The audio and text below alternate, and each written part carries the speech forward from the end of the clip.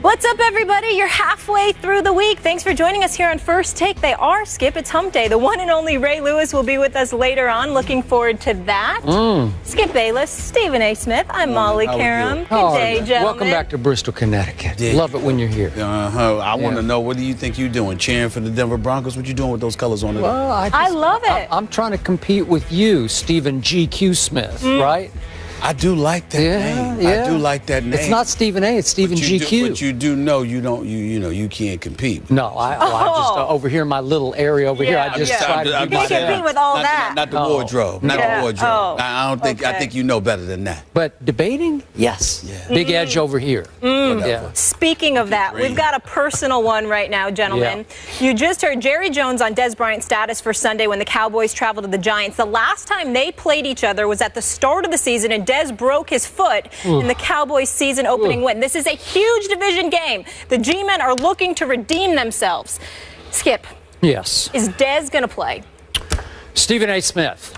Obviously, I hope that Dez Bryant plays. I hope that he catches 5 touchdown passes from Matt Outhouse to the Castle.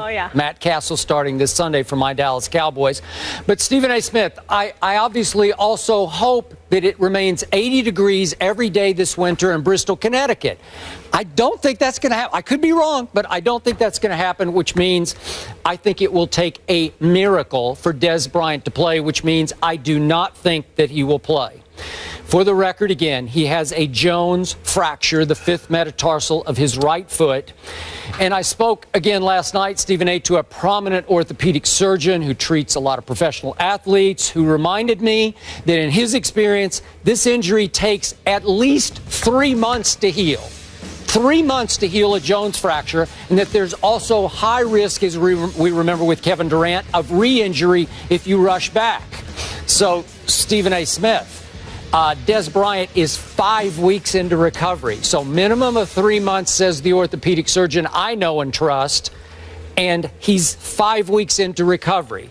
Now, he did try the new experimental stem cell treatment, in which you obviously take some stem cells from some fatty tissue somewhere in your body, maybe your love handles, and you inject it. Well, that's the best place to take them. You don't have any of those. No, I don't have them, but Stephen A. has small ones anyway. I do. Yeah, small ones. You're not the only one. Okay. I do. So you take your stem cells from some fatty portion of your body and you inject it into where the injury occurred or the surgery happened, and you hope that it miraculously speeds recovery. There's no data on how that will do because it's so new that I can't tell you what's going to happen, but it was shocking to me that according to the Dallas Cowboys, I'm going to have to trust their word on this, Dez Bryant has been doing running drills on the field, power running drills, and that they are hopeful that he at least can try to practice this week. If you want to know my gut feeling truth here, Stephen A., and I'm always objective about my Cowboys as opposed to how other people are not objective about the teams they love, but in my case, I'm here to tell you I'm starting to believe Jerry Jones is just messing with the New York Football Giants. He's just trying to push them to prepare for the possibility, the long shot possibility, that the best receiver in pro football, Dez Bryant, will somehow miraculously emerge Sunday late afternoon at the Giants Stadium and play very well. Do I think that's going to happen? No. Do I want the Giants to have to worry that that's going to happen? Yes, I do. So do I think this is a little bit of a little tactic on Jerry Jones' part? Yeah, little playing with the Giants' psyche. Yes, I do. I do not think he will play. I hope he does. I hope the Giants have to prepare for it. You know, it's interesting, and I appreciate you starting off the show with this subject. Usually, I'd be nauseated about talking about the Cowboys. Yeah, that's true. But in this particular instance, it does not bother me because I find it absolutely comical that this is a relevant subject in your mind. And the reason why I feel that way, Skip Bayless, is because it's interesting how you just acknowledged that Jerry Jones was playing games. This is what the Dallas Cowboys have resorted to, playing games, trying to stall injury reports from coming out, trying to give the impression, well, maybe if they think that Dez Bryant is going to play, it'll hamper their preparation for the game. It could. That would put us in an advantageous position. Yes. It just once again shows how pathetic how the Dallas Cowboys are. Yeah. Do you know, Skip, as I look at their numbers, your leading receiver is Jason Witten. He's got about 271 yards. Your second leading receiver in terms of receptions, I believe, is Cole Beasley. Your third leading receiver, I think it's Lance Dunbar. Yeah. I think it's Lance Dunbar. You haven't gotten to Terrence Williams yet, listen, I have not. Well, let's look at Terrence Williams. Yeah. That would be 14 receptions for 223 yards. 14 receptions in 5 games. 14. Okay, but that was because of Brandon just stay off the weed. Are we sure? Am I right? Are we sure? Yes. Are we sure? He never looked in that direction. All I'm trying to say to you, Skip, is this. Yeah. I find it comical because what enters my mind is this. Do you know that in the 6 games, or in the 5 games rather, that the Dallas Cowboys have played this season, you only have one 100-yard game from a receiver who actually wasn't a receiver, it's a running back. Lance Dunbar had 10 receptions for 100 yards. Who's my versus quarterback? The Atlanta Falcons. Yes. Outside of that, you don't have anything going on. So it just speaks to the level of desperation that the Dallas Cowboys are willing to engage in. Once again, they show their joke tendencies. Because this is what they are. Wait, are they not? And here's the deal. Who won the NFC East last year? I don't recall. Okay, I have no recollection of that right now. Yeah. I'm talking about this day, right now. So I can understand what you're coming from, where you're coming from, but all it does is basically take me to a place that I'm very familiar with being in.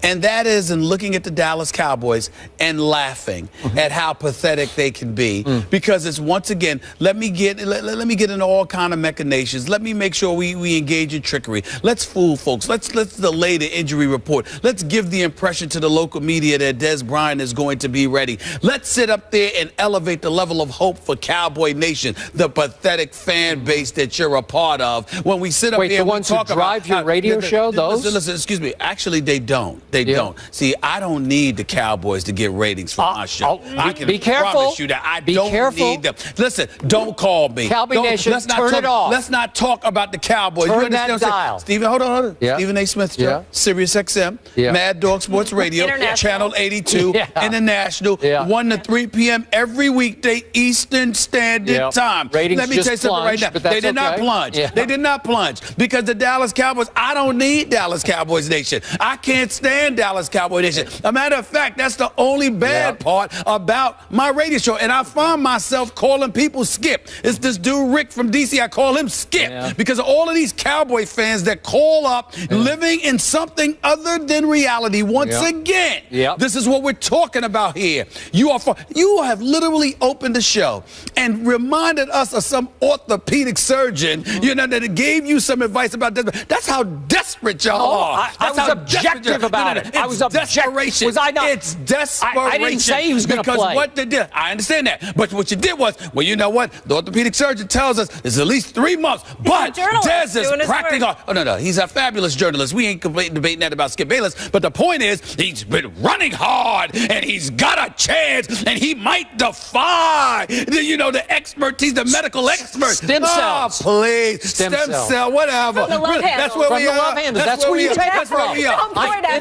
That's where you take them from. That's where we are. That's the truth. Are we going to invite politics into the situation? Are we going to get our 43rd President George W. Bush talking about stem cell research? There's and a fly in your ointment. Are we going to be talking about all of this stuff? I mean, stop it, please. Don't get me started. Stem cell. That's what we've resorted to. The Dallas Cowboys have us talking about stem cells. That's where we've regressed to. That's how desperate y'all are to be relevant again. I'll catch that fly. There's a fly on your argument. That's on your argument, right? The fly is flying with my argument. That's why it's coming towards you and irritating you. Wasn't bothering me. Wasn't bothering me because he knows the fly knows. I'm telling the truth. But over here, I'm just fly. That's all I am. Is just fly. You know what? The orange and blue does look kind of nice. Thank you. You came around. It does, and I'm proud that you know that lingo, fly. Using that verbiage, I'm very proud, Skip. I'm wearing off for you. I'm wearing off for you. So we took the noun and made it an adjective, right? That's right. All right, is that all you got? That's all I got. I don't need anything else. You realize. I don't need anything else.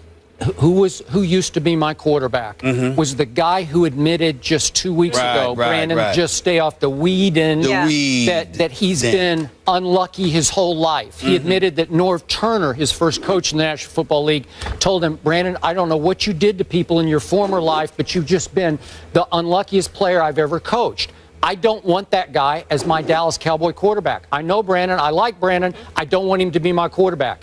Matt Castle is a professional quarterback with a proven track record. He's thrown 96 touchdown passes in this league to only 70 interceptions. And he helped step in for Tom Brady and lead the Patriots to an 11-5 record. And then he went to Kansas City and he led them to an 11-5 record. As Jerry Jones astutely pointed out the other day, Matt Castle will have the nerve to step up in the pocket and take some good risks, not crazy risks, some careful risks, if that's not an oxymoron. So he will step up and try to throw the ball downfield to maybe Terrence Williams. Maybe he's going to catch 3 or 4 big balls in this game. My defense, I love. My offense, I'm starting to get back on the bandwagon of. And again, is it a long shot possibility that Dez steps out on the field just to inspire his teammates?